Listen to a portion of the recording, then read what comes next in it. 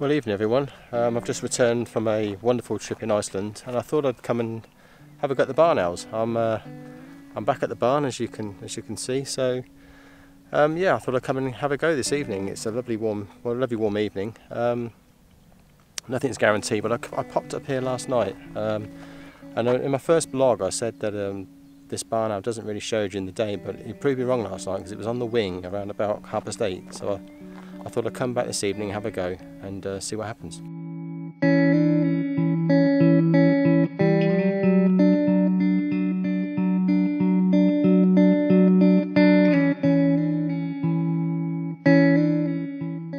So what I thought I'd do this evening is take you through some of the gear that I use for my wildlife photography. Yeah, and you can see this. So this is the beast. This is the big 600mm. It's Canon's version 2. As you can see, it's a bit of a weight. It's not a one to carry around a lot. You need to mount it on a tripod. So I use a Gitzo tripod, all with camouflage covers on. And my main camera is the Canon 1DX Mark II. It's an awesome camera. I mean, for low light photography. So when the barn owls come out at night, sort of be half past 8 time, we'll be getting quite low light. This camera is superb. I often switch between the 1DX and the 7D Mark II. If I use the 7D Mark II if I want a bit of extra reach. This being full frame, you do have a little less reach than with the crop sensors, but for low light capabilities, this camera was awesome. So yeah, this is my #1 camera, my first go-to camera, 7D Mark II. If the light's good, I need a bit of extra reach. These aren't cheap. These are good cameras, but they do good camera and lens, but it is quite a pricey setup. I think the lens now retails around about 10k. This is around about 5.5. So they're not for everyone, and it does weigh a ton. I mean, try to lift this up all day, every day. It's a bit of a beast to lug around, but for static work, it's superb. So there, here's the kit I use. Yeah, hopefully we'll see the barn owl later and use it. Lots of modes on this lens, Mark II lens. So we've got three image stabilization modes.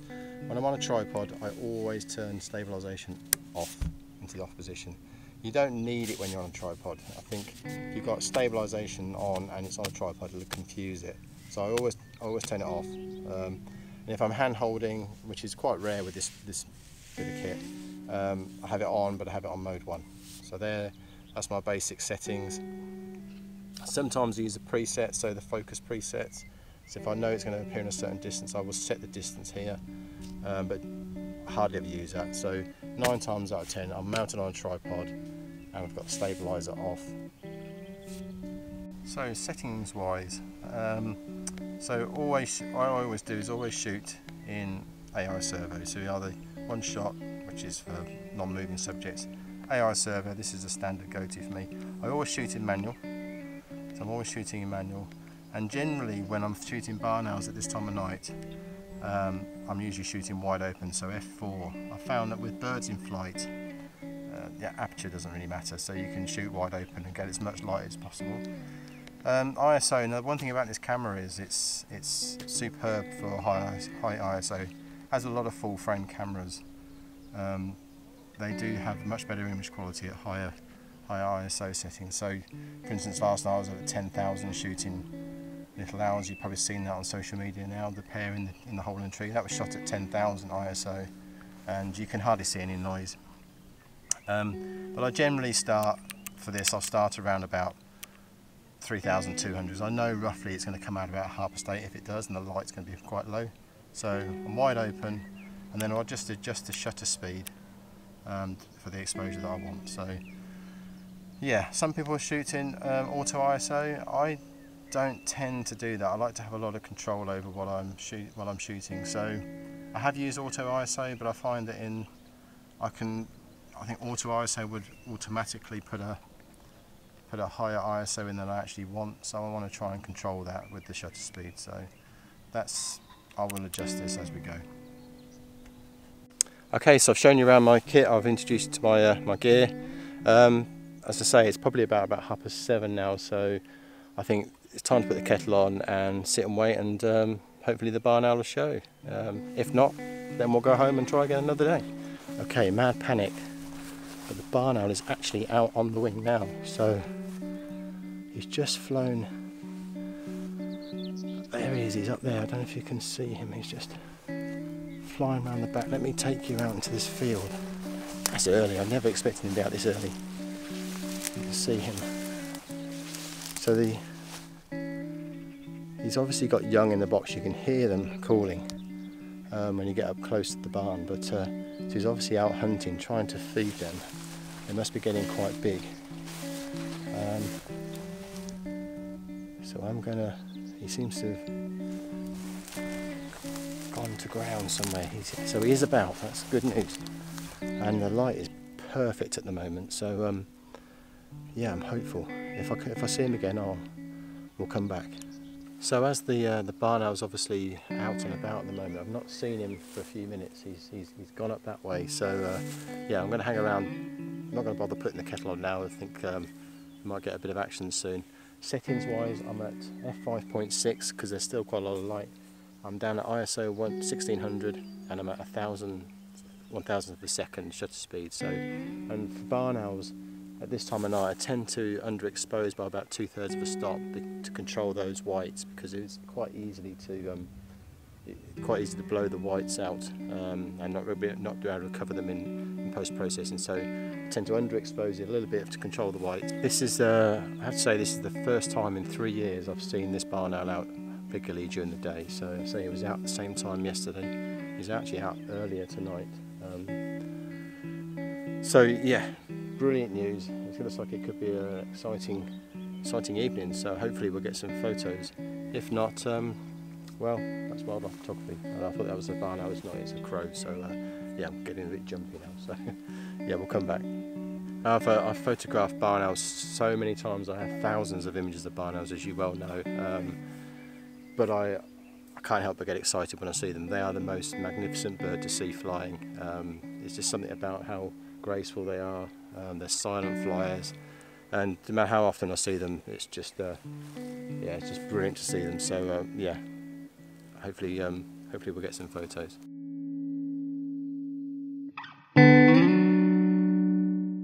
Well, it's gone a bit quiet, so I've changed my mind. I'm going to put the kettle on. Then there's always time for a coffee.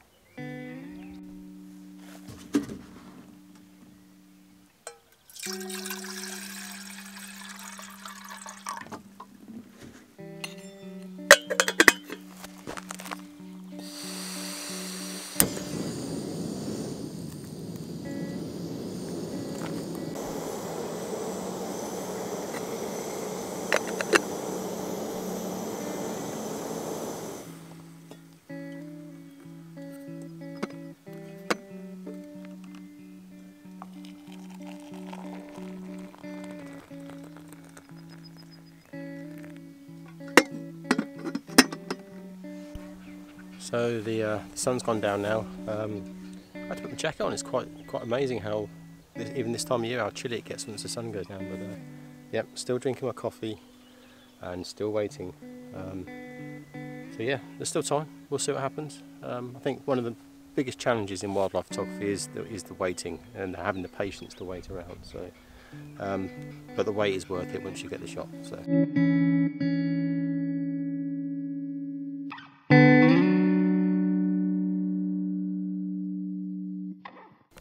Okay, the barn owl is out. He's flying. I don't know if you can see him here. Can you get him on camera?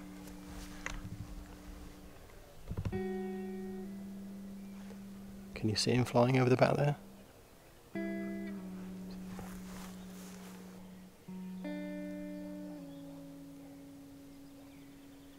Hopefully you can all see that barn owl. He's just dropped down into the grass.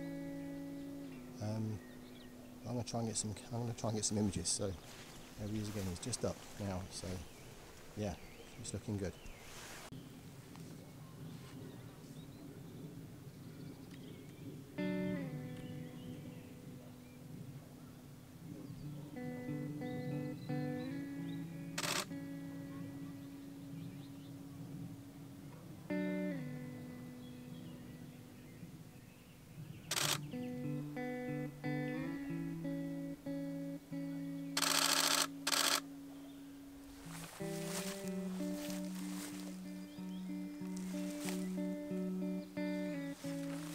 Well, he's putting on a good show at the moment. He's just over the back there.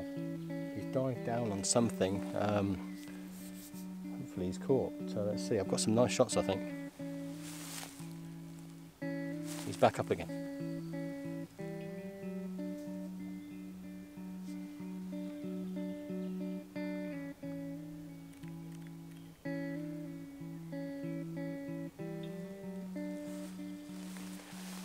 Yeah, take a look at this shot.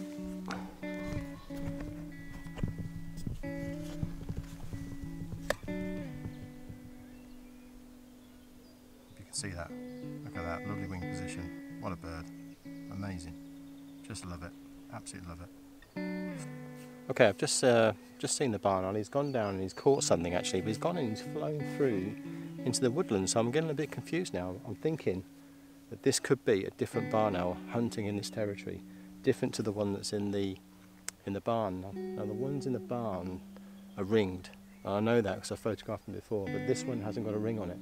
And he's flown through with a catch over there, so he must have another site over there. So maybe we've got more than one barn owl hunting in this territory, which would be amazing. Barn owl's back. He's on the wing again. He's just over there.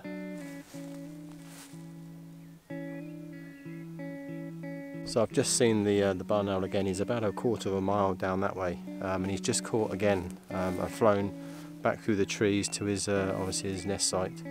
So I'm going to give it about another 5 minutes. The lights begin to fade now quite considerably, so I think probably going to call time on the session soon. But what a fantastic evening! It's been absolutely amazing. I'll leave you with the image that I captured tonight, along with the camera settings, so you can see how I captured it. One of my sayings that I tend to say all the time is just 5 more minutes. So I'm going to give it 5 more minutes, and then going to call it a day. It's be surprised how many times I've waited 5 more minutes and got the shot at the end of the day. So yeah, 5 more minutes and then we're going to close down. I told you, 5 more minutes and he's back out again, flying towards me now. So yeah, let's hang on for a bit and see what happens.